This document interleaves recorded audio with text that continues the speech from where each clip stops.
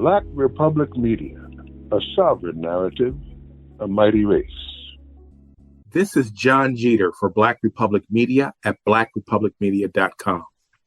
Heading into midterm elections, Democrats seem increasingly concerned that Black voters, and Black men in particular, aren't sufficiently motivated to vote, and that too many might just sit it out.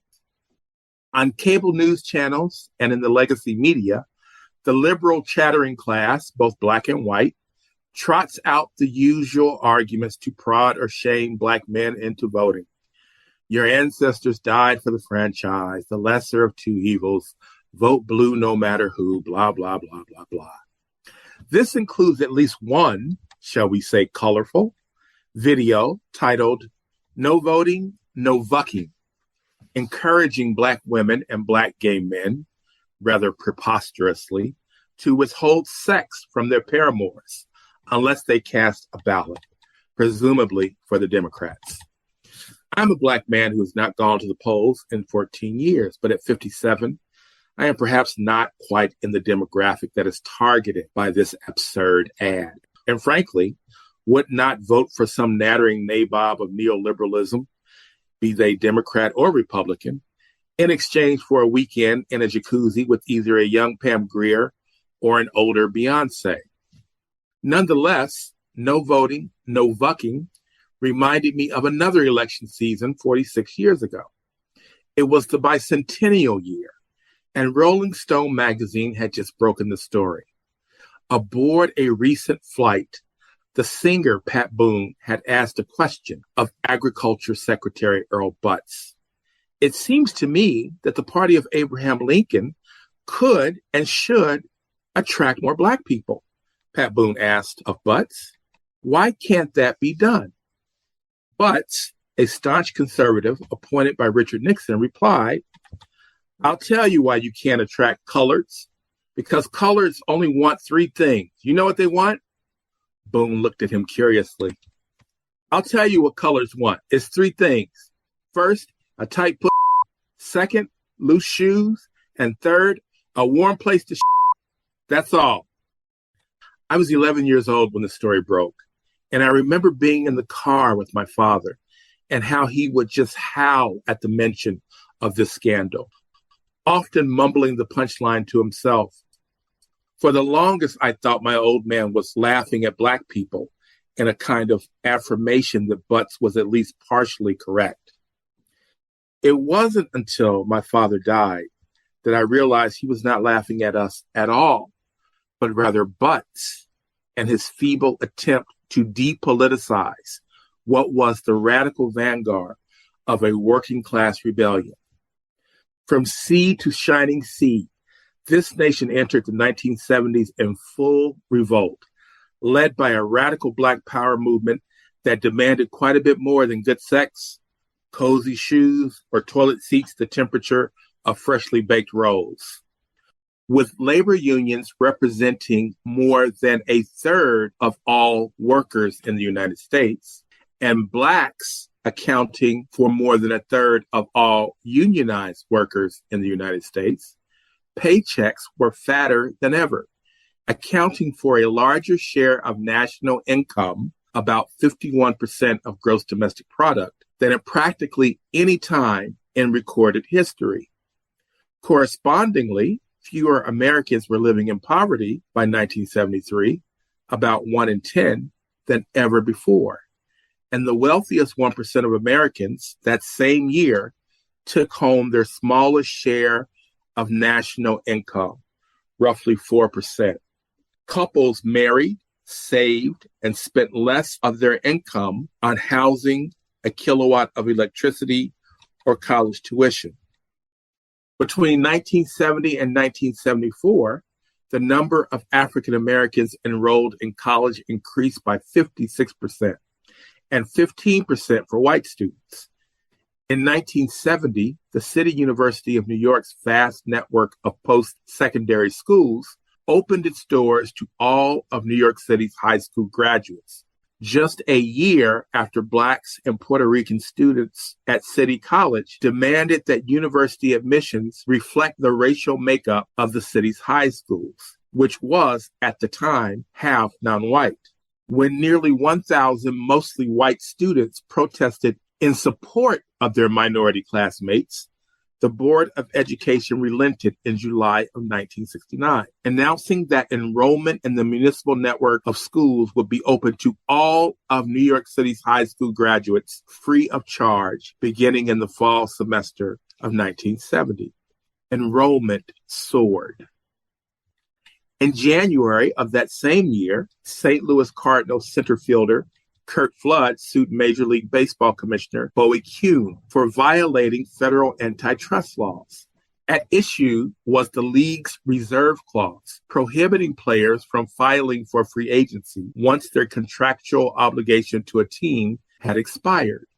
Flood, who had been traded to the Philadelphia Phillies in 1969, likened the clause to slavery and attributed his decision to challenge baseball's owners to the militancy in the street, telling the Players Union's executive board, quote, "I think the change in Black consciousness in recent years has made me more sensitive to injustice in every area of my life," end quote.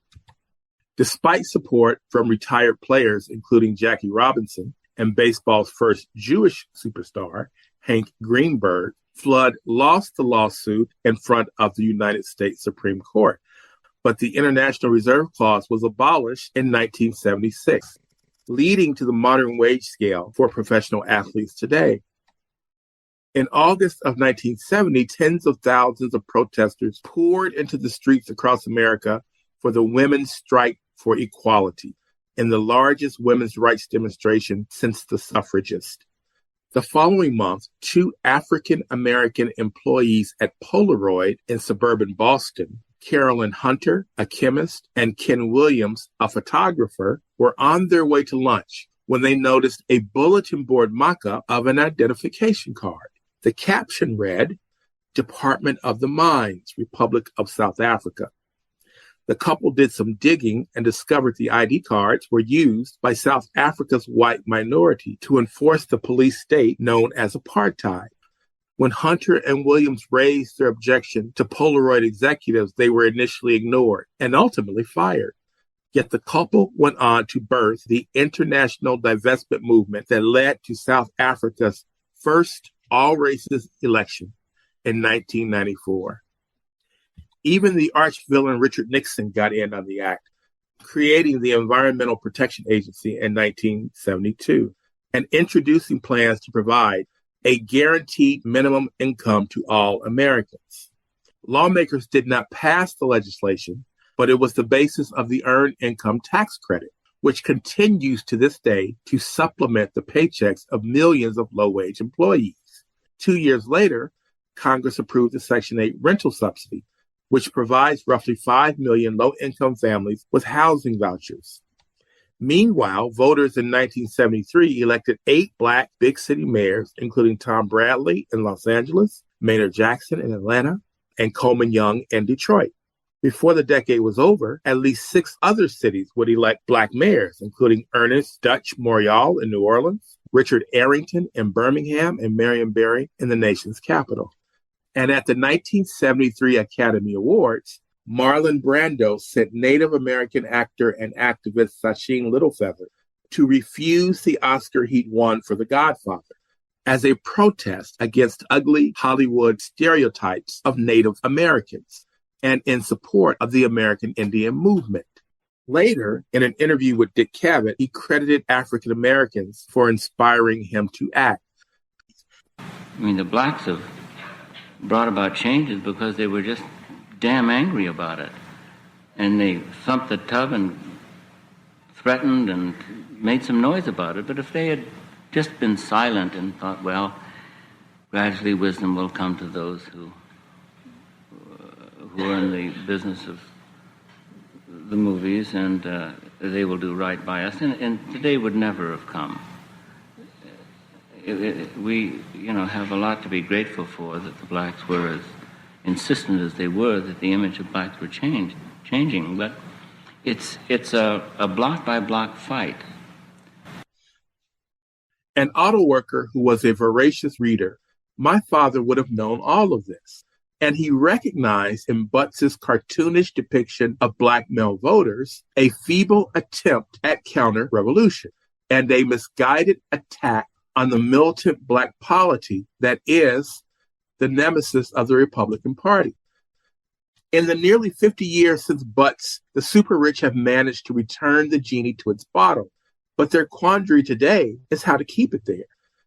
Or in other words, how do the Democrats motivate their party's most ardent voters to go to the polls without doing anything for them? My colleague, Denise Young, unlocks this puzzle in this, the debut episode of Black Republic Media. This is the first in a series on elections in the United States and what they have meant and what they mean for Black people and what Black people mean to elections. But first, a word about BRM. Our journalism is unforgivably Black, and it is informed by the work of Ida B. Wells, Malcolm X, who began his career with the Nation of Islam as a journalist and the innovator of Muhammad Speaks, Mumia Abu-Jamal, and our ancestors Glenn Ford, Bruce A. Dixon, and Mel Reeves. In the words of the founders of this nation's first Black newspaper, Freedom's Journal, we have been silent for far too long, and we have let others tell our story. But now we're here to set the record straight. Our ambition is simply to bear witness to the suffering and struggle of the African in the Americas, and above all else, to serve the people. And with that, I will cede the floor to my esteemed colleague from Chicago's South Side, Denise Young. Thanks, John. It's Election Day, and that's a good question. How do the Democrats motivate their party's most ardent voters to go to the polls without doing a thing for them? One truism is that Democrats prey on the loyalty of Black women and use us to encourage, convince, keep in line, even shame, chastise, and now thanks to the vuckery that is no voting, no vucking, pun intended, penalize Black men. Voting statistics indicate that Black women haven't had to exactly arm wrestle with the Black community to vote Democratic. The first and only time my grandmother has ventured out since COVID-19 hit was to vote in November 2020, and she was just 2 months shy of 96. I didn't know whom I was more upset with for endangering her health, her or the silly alderman that arranged her transport to the poll. The majority of Black people in this country are still poor and working class folk. Despite not having our needs met, we hold on to the Dems' broken and unfulfilled promises because, frankly, the GOP never pledged to do anything. The Democrats are the party we associate with the passing of civil rights. I get it. I'm a Black woman who has been a lifelong, politically active Democrat coming out of a family of lifelong Democrats. My family's involvement in Chicago politics dates back to the early 1960s with Illinois State Representative and President of the Cook County Board of Commissions, George W. Dunn, who would 2 decades later align himself with mayoral candidate Harold Washington. Tom Perez in 2016, as then chair of the Democratic National Committee, announced that Black women were the backbone of the Democratic Party after exit polls showed them voting 98% in the Democrat Doug Jones' defeat of Republican Roy Moore. Black men also showed up in that same Alabama election at 93%. Black women collectively ought to be weary from being anointed the backbone of the Democratic Party. In spring 2020, when Biden was vetting Black women for VP, I wrote then that we should be both tired of and outraged by the selective visibility given to us by duplicitous white liberalism. Never is this endowment of visibility bestowed upon Black women to promote what's best for Black families. Acceptance of this endowment is a covenant to peddle and proffer liberalism's agenda. It is not coincidental that a Chucks, Pearls, and AKA etiquette-adorned Harris would become the Biden administration spokesperson on immigration. During her June 2021 trip to the Northern Triangle of Central America, Guatemala, Honduras, and El Salvador, Harris would address Guatemalans at a press conference. Quote, I want to be clear to folks in this region who are thinking about making that dangerous trek to the United States-Mexico border. Do not come. Do not come. The United States will continue to enforce our laws and secure our border. End quote. And somehow her echoing the sentiments of the Trump administration was seemingly more melodic to the biased and cowardly liberal media than when Pence belted that the influx of immigrants was a national security and humanitarian border crisis. They call that 6 in one hand, half a dozen in another. The trope of Black women being summoned to make white liberal BS taste less like manure is real. There is nothing magical about being beckoned to wring out the revolutionary in our men, children, and each other by feeding them and ourselves narratives vetted through the white gaze. In fact, the trick is on us, especially when we, Black mothers, grandmothers, aunts, wives, girlfriends, baby mamas, sisters, cousins, homies, can't testify that Black people and our communities are faring better than before the passage of the 1964 and 1968 Civil Rights Acts that ended unequal voter application requirements and housing discrimination based on race, respectively. Stark fact, we are still a separate and unequal nation.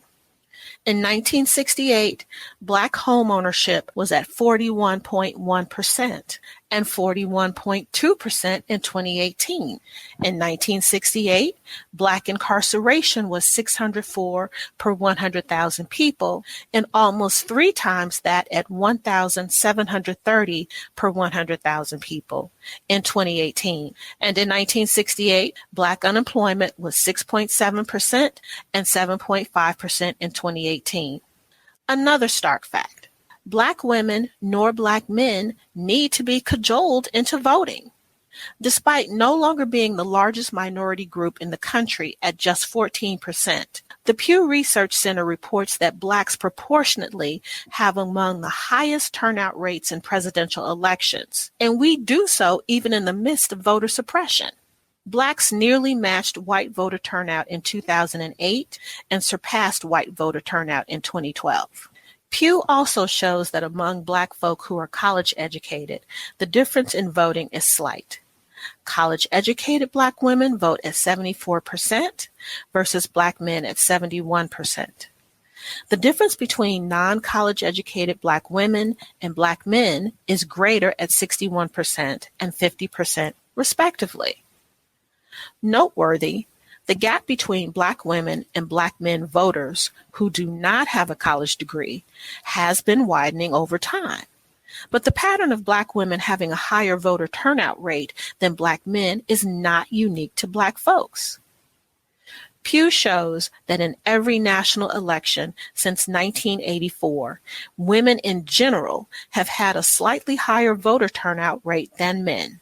Yet, it is within this gap that liberalism and feminism feel justified in assigning Black men, no one else, the lead role of Captain Save-A-Dem, as if the voting gap is as cavernous as potholes that go unfixed in Chicago's Black neighborhoods, or as wide as the wealth discrepancy between white people and Black people that is incapable of closing organically, no matter how many financial literacy initiatives crop up. And no one else is interested in auditioning. Not white women who in 2016 cared less about Hillary Clinton breaking through the glass ceiling and more about voting alongside their men. Not Latinx voters who had an uptick in voting Republican in 2016, a nod to Trump, nor the younger Latino men who the New York Times Siena College poll shows are increasingly voting more conservatively for the GOP. and not Asian voters, who are the fastest growing minority population and who, depending on ethnicity, could serve as swing votes for either party. Since September, pundits have debated the Democrats' waning lead in key House, Senate, and gubernatorial midterm races. The New York Times Siena College poll, released on October 17th, reported that 49% of voters plan to pull the lever for Republican congressional candidates versus 45% of voters who were going to support Democratic candidates. And what both parties know, and the Dems especially rely on, is that, again, historically speaking, the Black vote has been critical in winning close races where the white vote consistently remains split 50-50 across the two parties. I guarantee the liberal class has folded in its back pocket a blame it on Black men speech to defend anticipated undesired election results. Unequivocally, the Democrats have failed Black America by ignoring the white supremacy-induced ills that plague our communities. Poverty persists in Black communities over generations. A Black adult today who lives in the bottom fifth of poverty is 21% likely to have had their parents and grandparents live in that bottom fifth of poverty versus white people where this is true at less than 2%. Unemployment rates for Black people across the whole of the South, including Maryland and Virginia, are between 6.5 and 8%. In Delaware, Michigan, and New York, unemployment rates hit between 9 and 10%. And in Illinois, Louisiana, Texas, and D.C., hovering at 10% and reaching toward greater than 11%. The school-to-prison pipeline is consistently priming Black youth for the criminal justice system with suspension and expulsion rates that are 3 to 4 times greater for Black students than for white students for the same infractions. And this data has been consistent since this country decided to get tough on drugs, also known as funneling Black boys and men to prison. And this data is consistent across school systems. Montgomery County, Maryland, for example, which reportedly has one of the best public school systems in the country, has school-to-prison pipeline numbers that mimic these stats. Black folks are still at higher risk than whites for heart disease, stroke, cancer, diabetes, HIV/AIDS, influenza, pneumonia, asthma, being killed by police, dying in childbirth, and infant mortality. And social factors such as unemployment, living in poverty, homelessness, climate environment, and others contribute to our susceptibility to disease and violence. How many generations of Black people will have diseases and disorders that can be traced to lead poisoning? Flint still doesn't have clean drinking water. Black folks could argue that while the Democrats have not developed policies to rectify the harm that institutional racism has purposely caused, the only way we have a shot at getting these crimes against Black America addressed is by voting, at least on the local level. If that were the narrative, Black folks would have fodder for some robust discussion to reignite Black radical movement more broadly. Cool, go down ballot. Home grow our own candidates and build a pipeline of candidates to follow that includes succession plans. Create a platform that speaks directly to the needs of the masses of Black people. Amplify reparations. It isn't just the calculated earnings of our ancestors' forced labor. It is also the millions of acres of land stolen from us north, south, east, and west. Engage Black folks who have been banished to the periphery of society. Assess policy from a lens of harm to Black people rather than which party sponsored it. Guide Black people on how to vote or not vote with the purpose of getting what our communities need to thrive holistically. Prioritize Black people and especially Black children. Black folks have done that and are doing that. Leaders of a Beautiful Struggle is a grassroots think tank in Baltimore focused on policy advocacy. Founded by Black college students who, after graduation, transferred their champion-level debate team intellect and skill and their experience as student organizers to analyze public policy for their Baltimore communities. Making very practical use of its organizational website, Leaders of a Beautiful Struggle want Black folks to consume it. On the legislative work page, for example, users can access what Black people should be paying attention to in the 2022 Maryland general election. It isn't propaganda-filled musings about voting blue. Rather, it is a breakdown of questions and policies that are up for vote and actual recommendations for how to vote based on a provided Black-centered assessment. Instead of this radical narrative of voting to change the conditions of our communities, we have some juvenile, unsophisticated narrative that Black men who absolutely bear the burden of white supremacy should be the ones to fix or claim fault for Democratic failures. Black men serving as Captain Save-A-Dem is real. I recently received a text from Defend the Black Vote, sponsored by People for the American Way. The text began with, quote, "Black men matter in this election," end quote. The first issue listed was abortion. Tiffany Cross, formerly of MSNBC's Cross Connection, explored the topic of Black men voting on the September 17, 11 a.m. segment of the show. Cross and her guests, Cliff Albright, co-founder of Black Voters Matter, Roland Martin of Unfiltered, and Terrence Woodbury, founder and CEO of Hit Strategies, used Georgia's heated races for governor and U.S. Senate as topic context. These brothers explained to us, as politicos, what many Black men feel and what critical analysis of the issue looks like from the Black male experience. Whether we agree with their politics is secondary to their authority to analyze actual Black male voting against the narrative. And while they did not agree on everything, and they didn't need to, they all concurred that Black men should not be blamed for any election outcomes, particularly when Black men have not been strategically and respectfully engaged as voters by either party. Yet Cross did not allow their critical analysis to stand. I advise you to listen to the clip, but here is a quote from her segment. Quote, "I will say, that a lot of Black men sometimes feel like they're ignored or they're put down, particularly sometimes even by Black women in the media. So this is not that. But I do hear Roland's point they felt ignored. But you feel ignored and then you go over to the other side? The oppressed feel oppressed, so then you go and try align with the oppressor? So I'm not putting Black men down. But sometimes it's like, will some of you Kevin Samuels following Tariq Nasheed quoting people, please look at the truth and see what's happening and get in line with some of the Black women. It's majority, like he said, vote Democrat. But that margin of people who could be plucked away from your people and go advance policies that harm your people, I just don't understand that," end quote. Cross nullified the analysis provided by Albright, Martin, and Woodbury with her sassy sister girl sanctimony, a sardonic reductionism of Black men and the Black male experience.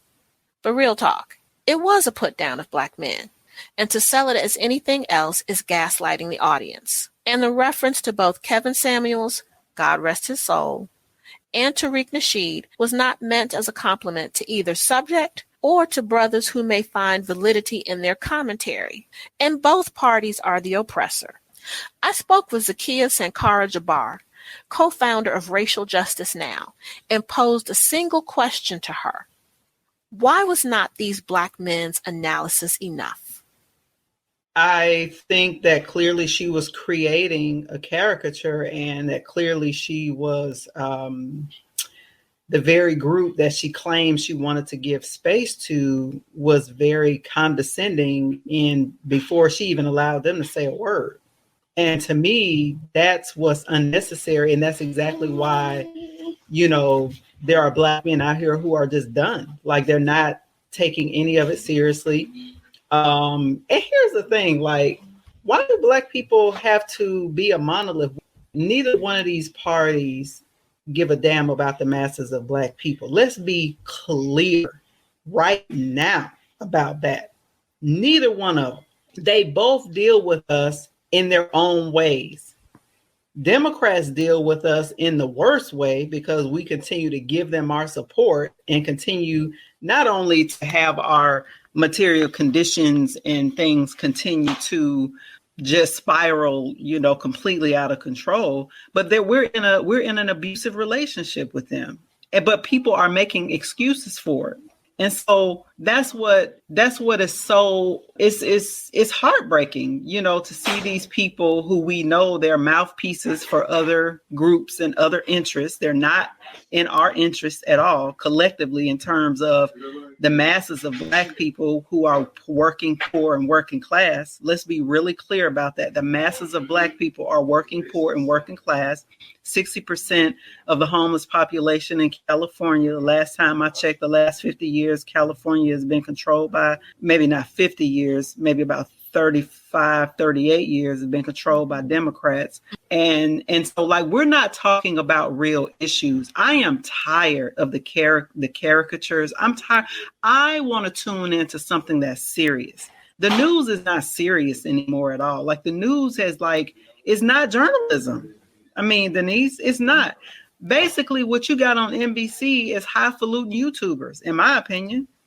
The unfettered and unfiltered narrative that Black men must vote Democrat, blue no matter who, and must vote in step with Black women's political choices is a dangerous message for Black women to broadcast and rerun. At best, it positions Black women as the mules for white men's and women's dirty work. At worst, it positions us in direct conflict in a much larger, graver context with our men, identifying and treating them as the enemy. Best or worst case, the message authorizes the production of the likes of no voting, no vucking. Take a listen. No loving, no voting, no touching, no voting, no nothing, no voting, no fucking, no voting, no fucking. BLK app looking for some action. Swear the homie stop what's happening. Face is a 9, abs a 10, D is a to be determined. He got mad jokes, he don't seem broke. The only red flag, he said he don't vote. This midterms for all the single cute. Wanna hit this booty, gotta do your civic duty. No voting, no loving, no voting, no touching, no voting, no nothing, no voting, no fucking, no voting, no fucking, no voting. The No Voting, No Vucking video, which dropped October 4th during National Voter Education Week, is a tutorial on the assault on Black intimacy and on the acceptance of the white supremacist fabrication of Black male and female sexual pathology. Mindless, crass, and dare I say silly, No Voting, No Vucking fails to impart any wisdom to its primary target, Generation Z, our young people, about voting, how to leverage the Black vote, or more importantly, Black liberation. Here's what some Black men are saying. That's the best they can come up with. That's it. We're cavemen, right? That's what I'm getting for the video, is that if you take that away, that'll just force us to do what you want us to do. But you can't force the politicians to do what you want them to do.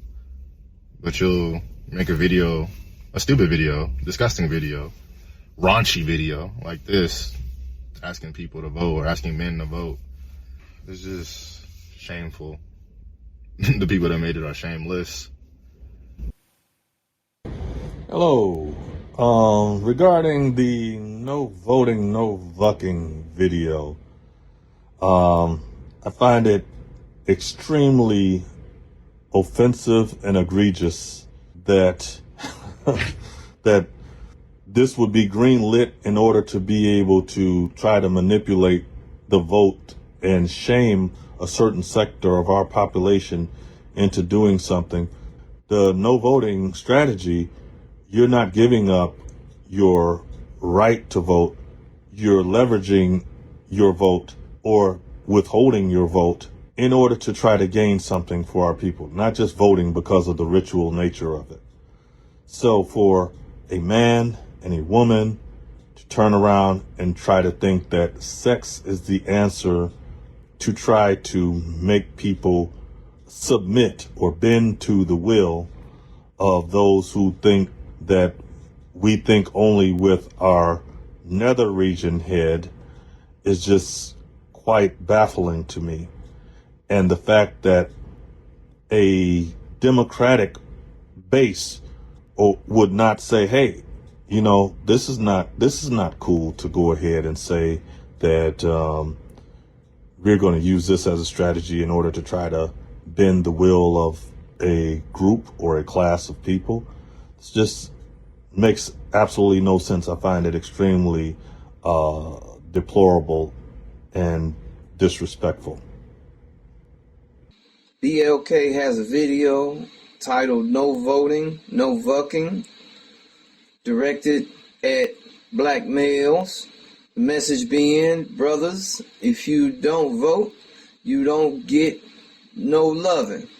It's quite misandristic to say to men, and it's definitely directed at men, that if you can't vote, then you can't get no coochie. I've seen 8th graders with better raps than what I observed in that video. And for Trina, who some might even consider an icon in the industry, I mean, to lend her name to that piece of crap was just mind-blowing for me. To see her reduced to this level of buffoonery, it seemed like another attempt to place the blame on the black male for whatever befalls the Democratic Party, that we will suffer if we don't vote, as if we haven't been suffering for 400 years at the hands of our oppressors, and those who would claim to be our benefactors but are nothing more than pacifiers to the same way of life, where we would mistake the removal of Uncle Ben's and Aunt Jemima's from food packaging as some sort of progress, as if things have gotten better. We still falling for the same trickery, and this video was just another example of it. So I'm not going to pretend to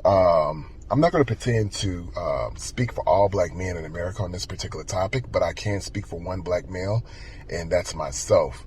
The video, to me, comes off, well, it's disrespectful. It's disrespectful. It's also dismissive of black men.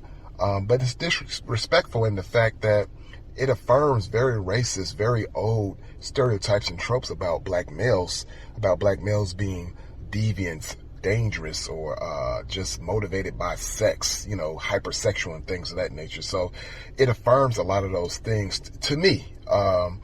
And then it's dismissive in that black men as a group, we have very specific issues that affect our lives, affect our quality of life, and issues that need addressing by our elected officials. And so if you as a political party, if you as a platform that supports a political party, if your job is to corral black male voters to your side, then you need to treat black male voters, black men, with the same level of respect and care that you would treat any other group whose votes that you require.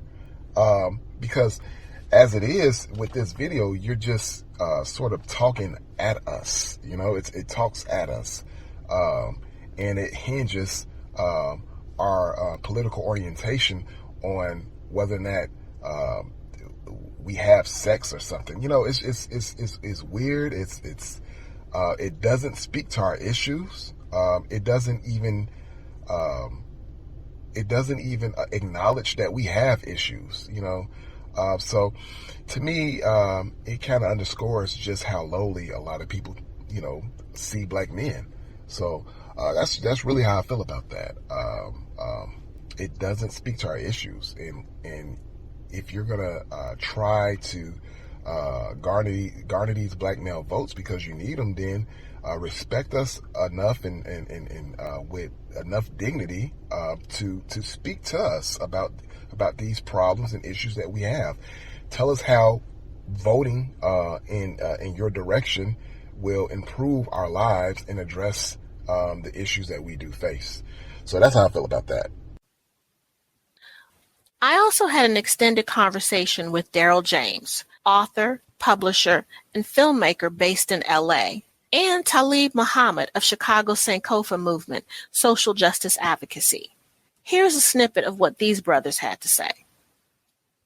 I continue to be exasperated by the insults that the Democratic Party throws at Black people, particularly Black men.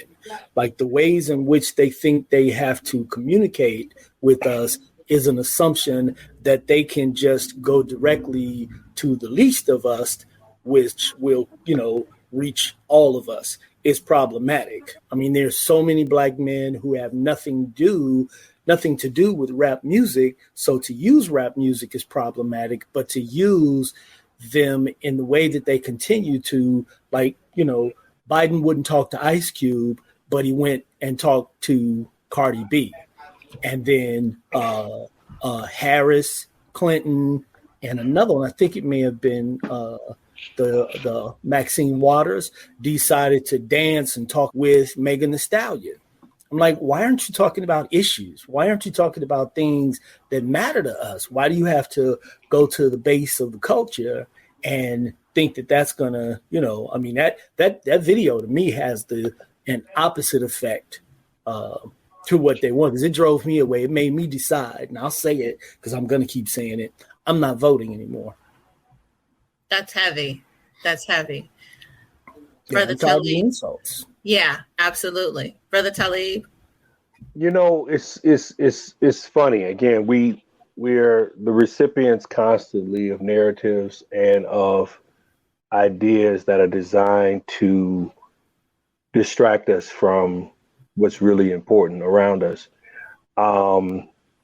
Me personally, I've always voted or not voted in my interest. I've always looked upon voting as an option. And I always hated the fact that we put so much emphasis on voting and very little emphasis on action. And so we have been told it was a time period where voting had a impact because the politicians that, if we go back into Chicago, we can go back into the 1930s when our politicians were William Dawson and what's his name? I think his name is Charles Mitchell, that were prominent, and they did things for our community. They specifically focused in because it had any impact on anybody else's community. So it was about what was happening for Black people. And so when they got milked, extracted,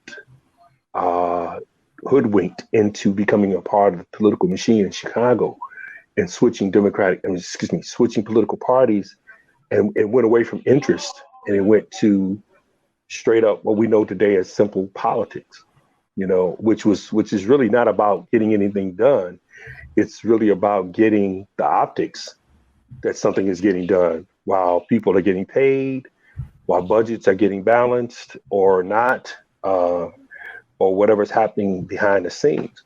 So when I see a video that's trying to get us back into this format, what it is this. We have become a little bit more focused about what's happening in the streets. And we have become less and less concerned about what's happening in voting. So what do you do when people are like, the heck with that, I don't care nothing about that no more? You do what? You create a narrative that says, hey, we need to get people back.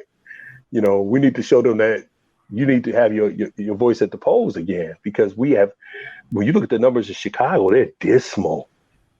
Lori Lightfoot did not get voted in because of the Black community. She got voted in because of her attachment to the LGBTQ plus community. That's what got her into the office.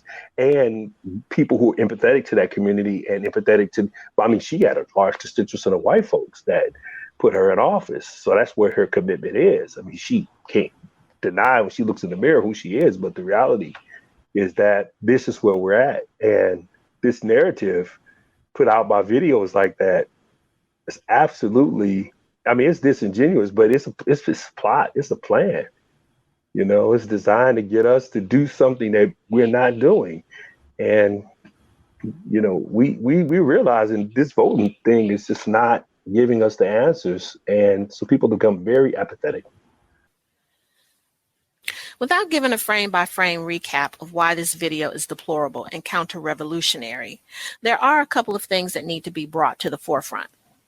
First, the 2-bit skit has the sister objectifying the brother. She rates his face, abs, and will wait till later to rate his D. Imagine if the character were a brother, tossing out that he would give it a minute before he graded that P. The fusillade of sexism and degeneracy claims against the Black man collective from around the globe would be enough to put a brother's face in the dictionary under sexual miscreant. Second, Trina delivers porn-level innuendo with awful metaphors such as gerrymander in this coochie.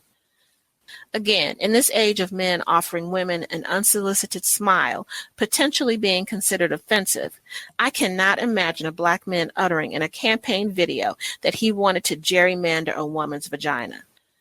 Side note to the lyricist, gerrymander is a tactic that physically divides communities, particularly Black and working poor communities. It is unethical, and we are politically victimized by this practice. The metaphor may have been thought clever, but it wasn't. This video, in a manner that is not entirely clear, is plugged as part of When We All Vote, the nonpartisan voting initiative co-chaired by a bevy of celebrities, including Michelle Obama, Stephen Curry, her, and Tom Hanks, which is supported or led by Civic Nation, a DC-based nonprofit designed to spur activism for contemporary issues.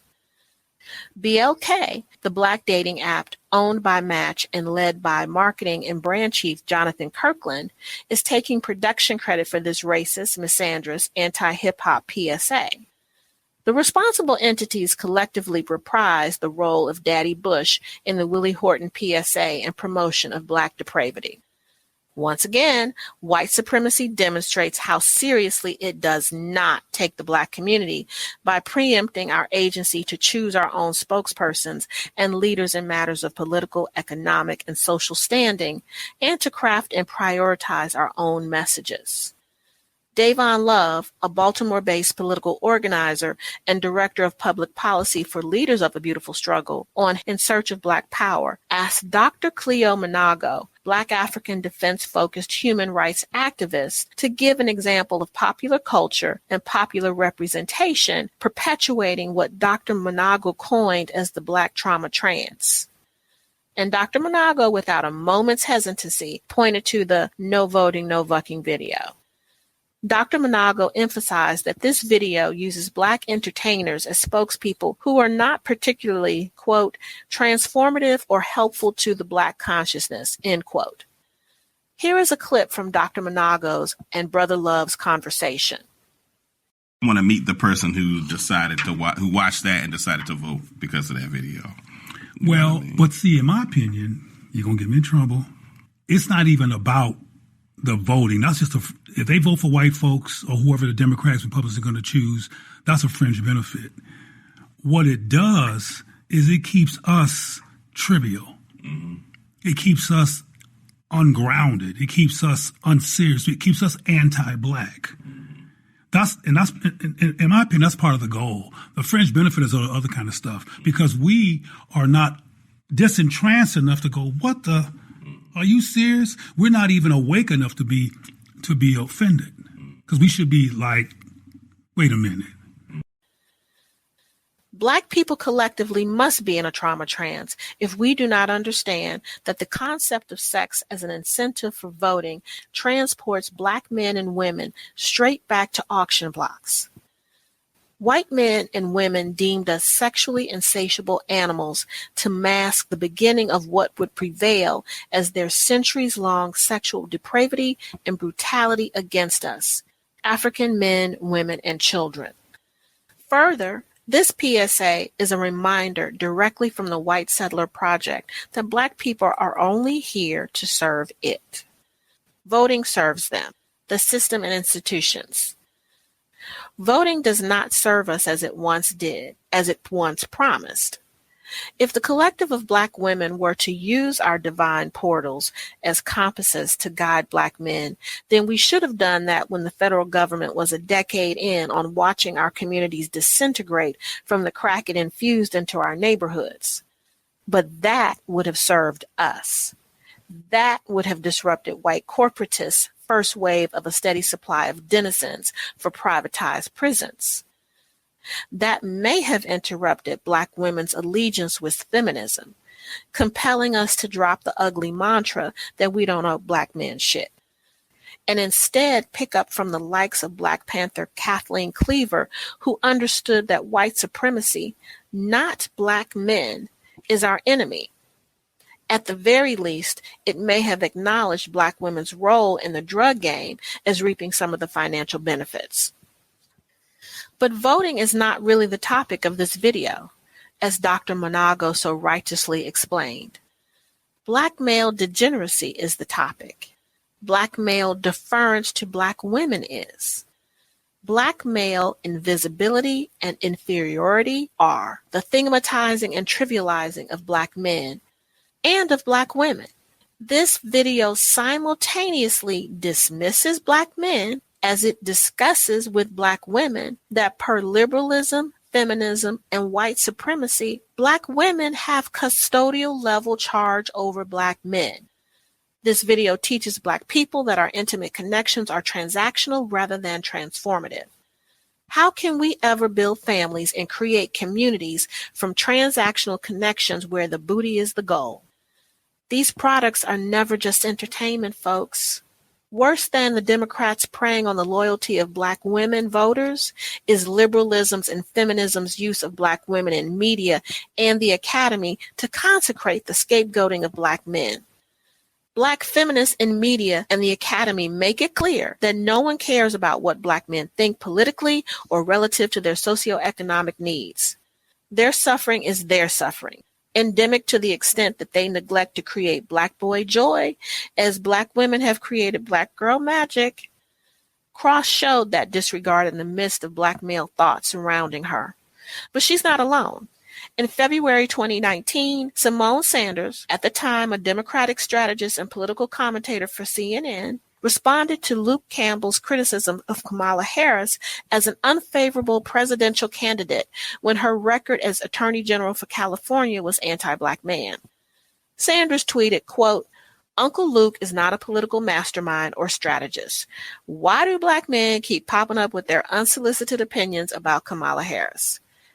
End quote. Sanders' tweet reminded me of criticism my son received in first grade 25 years ago by his white female teacher.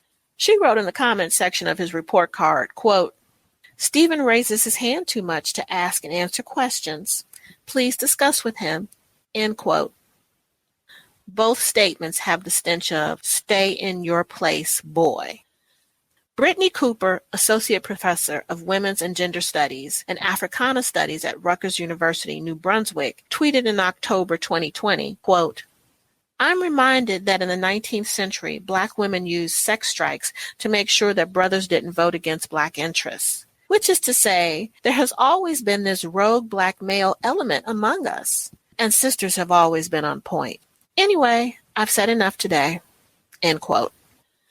Cooper made Black men sound like rabid dogs with her rogue Black male element comment. For the record, she was unable to offer the exact source of her reference when asked by other tweeters. Cross, Sanders, and Cooper, via their gaslighting, infantilizing, and indicting of Black men respectively, relegated Black men to the other side of the scratch line as the enemy. And they do this while arm-locked with liberalism and feminism, which do not care about the plight of Black America, and especially not on Black America's terms. And Black men are responding in kind to this treason. Dr. Tommy J. Curry, professor of philosophy and personal chair in Africana philosophy and Black male studies at the University of Edinburgh, tweeted his criticism of Cross's commentary, quote, "The fact that we are having this conversation shows how insidious Black man demonization is. The punditry from the left and feminists dumped all Democrat failings on black men, when not only do black men vote majority Democrat, but the conservative black men are not black American. Ethnicity matters in this case. End quote. And this is not Dr. Curry's first time calling out the left's and feminism's covert operations against black men. Besides his scholarship, which he generously shares via his active social media presence, Dr. Curry's Man Not, Race, Class, Genre, and the Dilemmas of Black Manhood gives a historiography of feminism's co-authorship of the narrative demonizing black men. And he is not the only black man to speak so emphatically about leftist and feminist collusion to erase black men socially, politically, economically, physically, mentally, and intellectually. Torrin Walker, Dr. Travis Harris, Dr. T. Hassan Johnson, Dr. Oshan Gadsden, and others in media and academia are exposing, calling out, and refuting anti-black misandry and the delegitimizing of black men's authority, power, and agency. Typically, when someone demonstrates a shift in behavior contrary to what one believes should happen, someone might simply ask, "Why do you make that decision?" But no one is asking black men why you are voting the way you vote. Not asking black men why their voting behavior is changing serves three objectives. Firstly, it douses robust discourse about either political party earning black men's or black people's votes. Secondly, it posits black men as forfeiting being part of the democratic process. And there's a third consideration. Black men who look at alternatives to voting Democratic may be onto something. Maybe they read and interpreted the Black Liberation Manifestos our ancestors left us. The intent of No Voting, No Vucking is to reassign the blame for black suffering to black men, absolving its white benefactor. Stacey Abrams' attempt at Georgia governorship has stirred headlines. Stacey Abrams struggles with black male voters in Georgia while wielding national clout. These messages serve to further disenfranchise black men, swathing them as deficient and undeserving of their place in our community and society at large. We should all be outraged at even a whisper that black men need to be given a treat to vote, like dogs rewarded for learning a new trick. Black men were the first among us to vote. They have been politicized since they walked off plantations with families in tow at the start of Reconstruction. When we invoke the "my ancestors died for the right to vote" mantra, I doubt we do so as homage to the untold number of black men who were violently murdered during the height of Reconstruction and the onset of Southern Democrats' Jim Crow to halt black progress. Black men voting and running and holding office. Black families self-governing. Black communities emerging and thriving. Fast forward to the Civil Rights Movement. The Student Nonviolent Coordinating Committee at Shaw University was training ground for so many of our young black men, alongside young black women. Chuck McDew, Charles Sherrod, Marion Barry, Bob Moses, my goodness, Stokely Carmichael, who would become Kwame Ture, Joseph Waller Jr., who would become Omali Yeshitela, and others who would take their SNCC experience to the Black Panther Party, the African People's Socialist Party, into our city governments, academia, and elsewhere. Our black men have always been politicized. John began this conversation by asking how the Democrats convince black folks to vote for them without making good on serving black interests. A second truism. Our division on the topic of voting is manufactured, as is the gender war between black men and black women. Today and every election Tuesday, we can vote, we can abstain, and it will be all right if we do both as revolutionary action that bends the moral arc of the universe toward black liberation. Another truism. The White Settler Project, draped in blue or red, is not inclined to make good on serving black interests.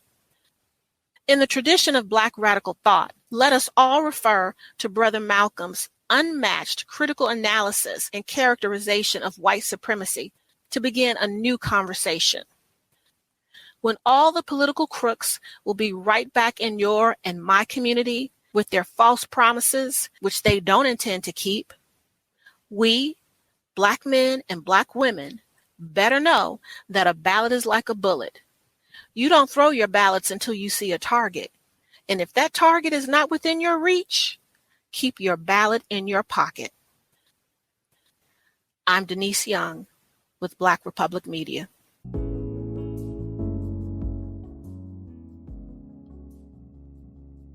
Black Republic Media, a sovereign narrative, a mighty race.